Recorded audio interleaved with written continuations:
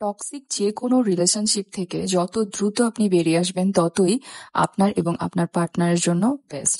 সম্পর্ক বলতে কি বোঝাতে চাচ্ছি আই গেস আপনারা অনেকেই বুঝে গিয়েছেন।